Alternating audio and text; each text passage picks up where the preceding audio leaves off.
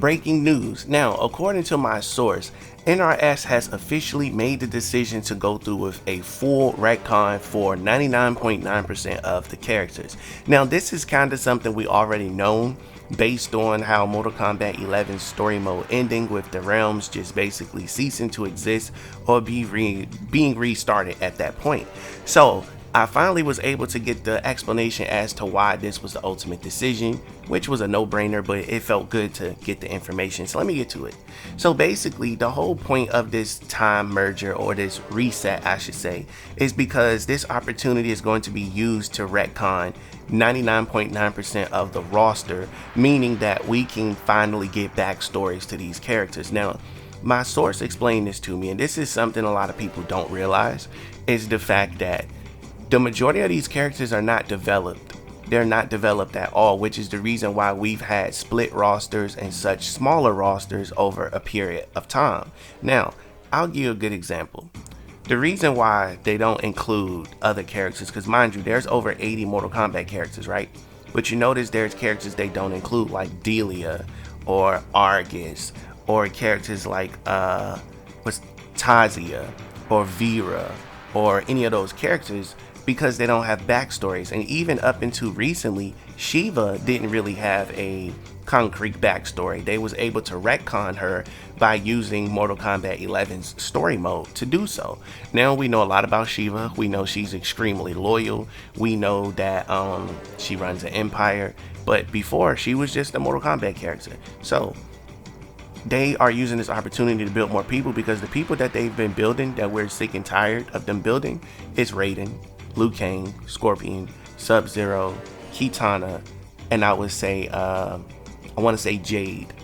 Those are the 6 most well-built characters. You could say Sonya too, but also then you could say Jax too. But there's a lot of things people don't know about Sonya, such as her partner and a lot of other things, or other family members, a brother, a sister, a father, anything. We don't know none of those things. We just recently got more lore to her story and Johnny Cage's story and the Combat Kids by making them all family. You got you got Sonya, you got Cassie, and you got Johnny Cage, or whatever the case was. Now, there were mentions of grandparents and things of that nature, which is something I hope we get to see more so in the future. So them doing this retcon allows us to go back in time to be able to live the eras of people like King Gorbak, and be able to see what happened with people like Devorah's people, the Kaiten, and things of that nature, and to kind of visit Aaron Black's story.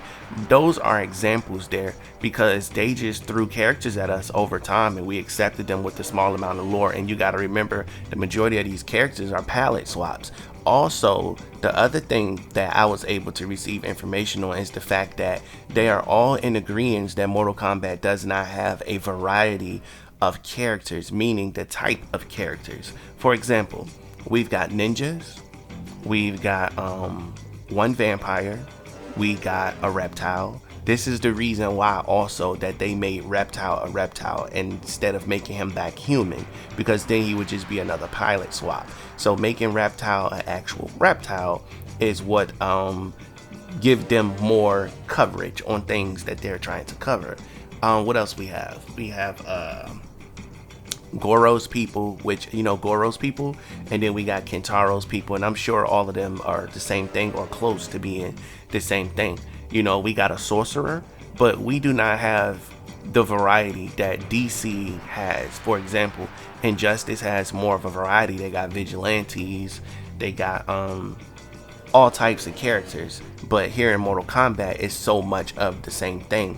And the fact that they have not expanded over the years on introducing new characters is the exact reason why we're going to be getting new characters that are completely created from scratch, that do things completely different without them having to pinch off the lore of somebody else. Because if you notice this, the Combat Kids are basically kind of pinched and cloned from other characters. Jackie comes from Jax, Cassie comes from Sonya and Johnny Cage, things of that nature, you know. So for them to invent somebody that's not related to them, or related to the lore in general, is just a direction I'm glad that they're looking to take. Because we got Kodo, what's his name, the Collector. We know now that he was around serving Shao Kahn. We got Geras. We know Geras served Chronica. They was always there from the beginning of the time type of thing. But it's time for them to invent more new characters people can relate to. Like, for example, imagine if they created a big monkey, a monkey that played like Grodd or something like that, or some type of raptor character. And I'm excited because they're looking to take this to the next level. Now, we'll be making a video touching more on what type of characters that they're looking to introduce. I think that's going to be a fun video to make too, and I have other videos I'm going to be putting out. But the fact that they're going to allow us to visit other realms, because remember, we have not visited other realms in a very long time. You know why?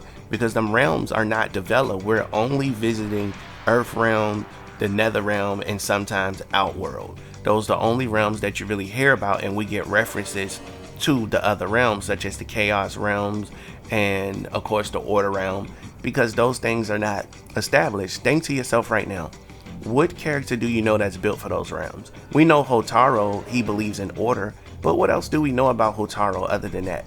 We know about Darius, but what else do we know about him other than that?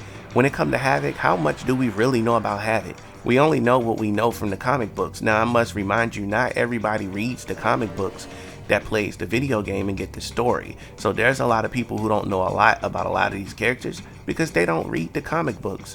They're just not comic book readers, and vice versa. So now it's time for them to build up the video game world by allowing these characters to upgrade, hence the reason why we're going to be having new ninjas, new robots. And when I say new ninjas, I'm talking things more so like from a Power Ranger perspective, where you have more of like a ranger type thing. So us going into the past, meeting a lot of these old characters and meeting the ancestors of the people who started it all, it allows them to completely finish the lore of these characters to be able to focus on new characters. Now, as you can see, we got Takeda, we got Kung Jin. We really did get some good characters they introduced us to, but we were long overdue for those characters because they use the same 20 characters over and over again for every game, and it's the same characters on the roster because there's not a lot of characters that they can choose from because the lore isn't fixed. I'll give you an example. Every game you can expect to get Sub-Zero, Scorpion, Liu Kang, a couple of ninjas. There's a certain amount of people you can expect to get, and the reason that they do split rosters is because if they put all the characters on the same roster, they would expose themselves. I'm talking about the previous games. They would expose themselves that they really don't have too much story to tell other than the same old story over and over again. So it's a good thing that they're saving face by stepping out to handle this issue, because if not, it could have caused people to not like Mortal Kombat anymore to check out as far as story mode wise. But the fact that they're addressing this issue, it's fantastic, because now it shows me that the franchise is going to be around even longer than before, because they're correcting one of the biggest issues, which is the issue of not having enough lore for every character. And this is why they sometimes are forced to save characters for the next game. For example, we were supposed to get Sector and Cyrex. They could have gave us Sector and Cyrex the way they were in story mode, and we would have been happy with that, even though it had its old moves from MKX. But they had to save those characters for the Mortal Kombat 12 roster because they wanted to have a different feel, because they cannot offer you so many characters at the same time because they just do not have lore. Look how they redid Frost. Frost was completely redone into a cybernetic character. Otherwise, if they didn't, she would have just been Sub-Zero's clone, just another ninja swap, except only difference is she would have been a female. So hopefully you get where I'm coming from on this, and you get what NRS is coming from on this. So I do appreciate my source bringing me this information. I thought it would have been a good idea to make a video about this, to let you guys know what's going on behind the scenes in this writer's room, which I'm going to be bringing you more of that information too. There was a lot of information. I was only interested in leaks, but now I'm asking more questions involving what goes on behind the scenes in the making, so I can bring you guys more content. So I'm telling you this now, there will be some gender swaps in Mortal Kombat 12, such as Night Wolf being a female, meaning that we'll get a female version of Night Wolf. I don't know if we're going to keep the same Night Wolf, but we will be getting a female version of Night Wolf and learning a little bit more about the Matoka and the history of the Matoka. But don't worry, I got a documentary on that coming out, so you're going to want to stay tuned for that also. So with that being said, we got to take our hat off and applaud NRS for calling themselves out on some BS and continuing to restart the timeline until they got it right. And I feel like now they've got it right because they really won us over with that story mode. It was an extremely good story mode, and the realism that they're introducing is one of the things that's going to allow us to progress forward and take them a little more serious compared to other anime looking games and things of that nature. And yes, I'm aware this is an American game, but games like Tekken just got a certain type of look to it. It works for them. I enjoy Mortal Kombat looking like a realistic game. It really helps. So I want to pass this question off to you guys in the comment section below. How do you feel about NRS nuking the roster for a reboot? Sound off. I will be reading the comments. Catch you later.